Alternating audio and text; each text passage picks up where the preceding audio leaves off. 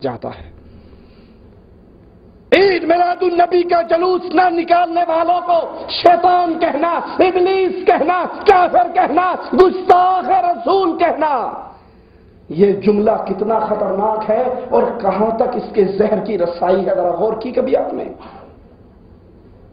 سوچئے، کیا رسول اللہ صلی اللہ علیہ وسلم کے صحابی ابو بکر نے یہ جلوس نکالا؟ عمر نے نکالا، عثمان نے نکالا، علی و زبیر نے نکالا، طلحہ و معاویہ نے نکالا، حسن اور حسین نے نکالا؟ کیا اللہ کے نبی کے مکے کے ساتھیوں نے نکالا؟ اہل بدر نے نکالا؟ بیت رضوان والوں نے نکالا؟ بیت جنگ احد والوں نے نکالا؟ اہل مدینہ نے نکالا؟ انصار اور مہاجر نے نکالا؟ جب نہیں نکالا تو پھر یہ جملہ کیا صحابہ کو نہیں لگتا کہ جو اللہ کے نبی کے میلاد کا جشن نہیں مناتا، جلوس نہیں نکالتا، وہ کافر ہے، وہ شیطان ہے، وہ ابلیس ہے، وہ گستاخ رسول ہے؟ تو بتاؤ پھر رسول اللہ کے صحابہ کو کیا کہو گے؟ یہ جملہ چھوٹا نہیں ہے، یہ تکفیر کا جملہ ہے، یہ کفر کا جملہ ہے۔ بتاؤ پھر صحابہ کس کیٹیگری میں آئیں گے؟ تابعین نے جلوس نہیں نکالا، تابعین کو کیا کہو گے؟ تبع تابعین نے نہیں نکالا، ان کو کیا کہو گے؟ محدثین نے نہیں نکالا، ان کو کیا کہو گے؟ ائمہ دین نے نہیں نکالا، ان کو کیا کہو گے؟ خود امام ابو حنیفہ نے نہیں نکالا، اس کو کیا کہو گے؟ اگر یہ دین ہوتا، اگر یہ اسلام ہوتا، اگر یہ ایمان اور عقیدہ ہوتا، اگر یہ محبت کا طریقہ ہوتا، رسول اللہ صلی اللہ علیہ وسلم خود اس کی تعلیم دے کر جاتے ہیں، خود اس کی تعلیم دیتے، خود یہ سبق پڑھا کر جاتے۔ اللہ کے رسول صلی اللہ علیہ وسلم کے وہ صحابہ، سوچئے ذرا اللہ کے لیے، جو نبی کے لیے اپنی جان قربان کر دیا کرتے تھے، جو رسول اللہ صلی اللہ علیہ وسلم کے لیے کٹ مرنے کو اپنے لیے باعث اجر سمجھتے تھے، کہ عورت دوڑتی ہوئی آتی ہے، پوچھتی ہے کہ اللہ کے نبی کس حال میں ہے؟ جواب دینے والا کہتا ہے تیرا خامن شہید ہو گیا۔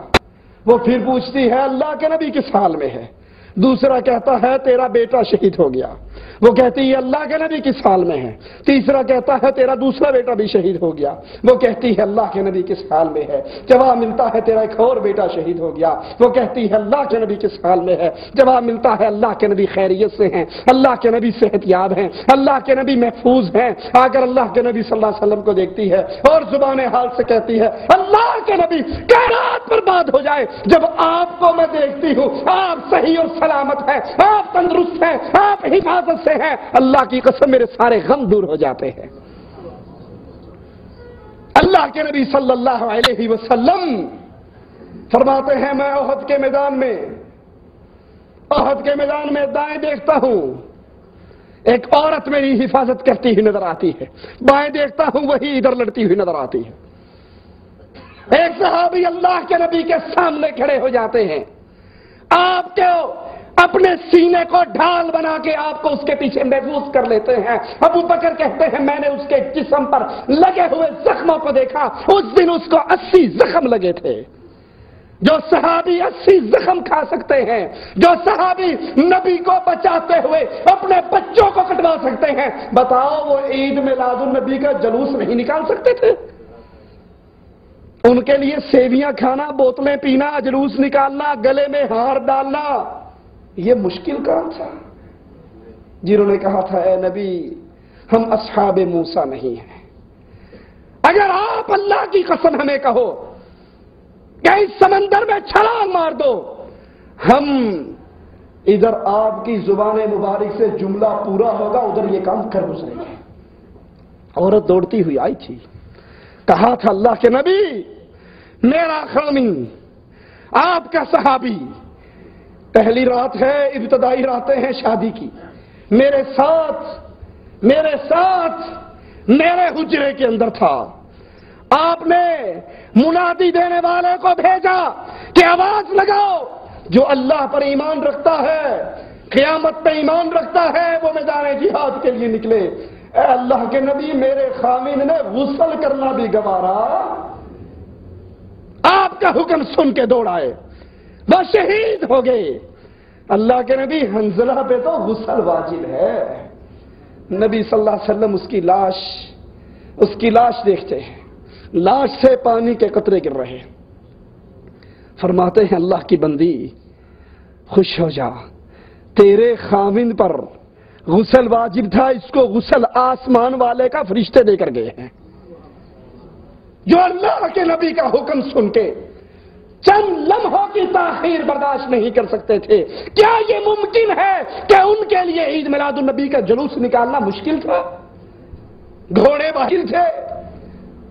یہ عمل سنت رسول اللہ صلی اللہ علیہ وسلم نہیں ہے، بلکہ یہ اللہ کے نبی کے دین میں اضافہ ہے، اور رسول اللہ صلی اللہ علیہ وسلم نے فرمایا کل محدثۃ بدعہ، ہر نئی چیز دین اسلام میں بدعت ہے، کل بدعۃ ضلالہ، ہر بدعت گمراہی ہے، کل ضلالۃ فی النار، ہر گمراہی انسان کو جہنم میں لے کر جاتی۔ لیکن آئیے ذرا یہاں پر ایک اور پردہ اٹھاتا جاؤں۔ یہ شیطان مولویوں کے روپ میں آ کر اس امت کو جشن عید میلاد النبی منانے کے لیے اتنا سرگرم کیوں کرتا ہے؟ اس لیے کہ اصل کام سیرت النبی تھا، اصل چیز سیرت النبی تھی۔ شیطان نے ان سے سیرت النبی، اتباع رسول چھین لی اور جشن عید میلاد النبی دے دیا کہ سال کے بعد ایک جلوس نکال لینا، درمیان میں جو تمہارا جی کہتا ہے وہ کرتے رہو۔ مگر نہ سوچئے اللہ کے لیے عید میلاد النبی کا یہی مطلب ہے نا کہ آپ کہاں پیدا ہوئے، کس کی اولاد تھے، باپ کا نام کیا تھا، ماں کا نام کیا تھا، جائے پیدائش کیا تھی، تاریخ کیا تھی، دن کیا تھا۔ کیا ابو جہل کو ان باتوں سے انکار تھا؟ ابو لہب کو انکار تھا؟ اہل مکہ کو انکار تھا؟ وہ یہ بات نہیں مانتے تھے کہ رسول اللہ عبداللہ کے بیٹے ہیں، امنہ کے لال ہیں، عبد المطلب کے پوتے ہیں، ابو طالب کے بھتیجے ہیں؟ اللہ کے نبی صلی اللہ علیہ وسلم کی ان باتوں کو کفار مکہ نہیں مانتے تھے؟ وہ تو مانتے تھے، وہ تو صادق کہتے تھے، وہ تو امین کہتے تھے۔ انہی کی بات کے بقول ابو لہب نے تو لونڈی کو آزاد کر دیا، بقول ان کے مانتے ہیں، ٹھیک ہے۔ یہ سارے کفار مکہ اللہ کے نبی کے دشمن کب بنے؟ جب آپ نے یہ کہا لوگوں میرا میلاد منانا شروع کر دو، تب مجھ دشمن بنے۔ جب یہ کہا لوگوں مان لو کہ میں 12 ربیع الاول کو 9 ربیع الاول کو پیدا ہوا ہوں، تب سارے دشمن ہو گئے۔ سب ساتھ رہے، آپ کو صادق کہتے رہے، امین کہتے رہے۔ دشمنی کا آغاز کب ہوا؟ جب رسول اللہ صلی اللہ علیہ وسلم نے یہ کہا قولوا لا الہ الا اللہ، اے مکہ والو اعلان کر دو لات و عزیٰ الہ نہیں ہے، سچا رب اللہ الہ ہے۔ جب اللہ کے نبی نے سیرت النبوی کے ورق پلٹنے شروع کیے، اپنی زندگی کو دعوت توحید دینا شروع کی، اپنی زندگی میں لا الہ الا اللہ کا آوازہ بلند کیا، مورتیوں کے سامنے جھکنے والوں کو اللہ کے سامنے جھکنے کا آوازہ بلند کیا، سارے کفار مکہ رسول اللہ صلی اللہ علیہ وسلم کے دشمن ہو گئے۔ اصل کام عید میلاد النبی نہیں، اصل کام سیرت النبی ہے۔ نبی کی سیرت کیا ہے؟ نبی کی زندگی کیا ہے؟ بدر کی جنگ کیوں ہوئی؟ کیا اس لیے کہ کفار مکہ جشن عید میلاد النبی کے دشمن تھے؟ نہیں، اس لیے کہ وہ سیرت النبی کے دشمن تھے۔ نبی کی سیرت کیا ہے؟ نبی کا کردار کیا ہے؟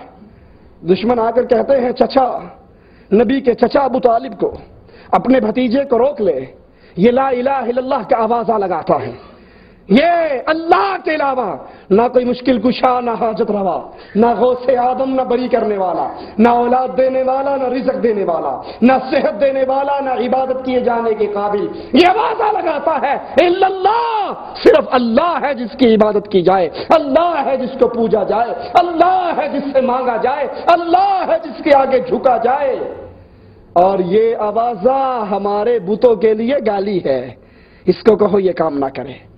اللہ کے نبی صلی اللہ علیہ وسلم نے کہا چچا میرے ایک ہاتھ پہ سورج رکھ دو، اگر یہ آپ کی قوم میرے ایک ہاتھ پہ سورج رکھ دے، ایک ہاتھ پہ چاند رکھ دے، یہ کام کر بھی گزرے میں لا الہ الا اللہ کی دعوت سے باز نہیں آ سکتا۔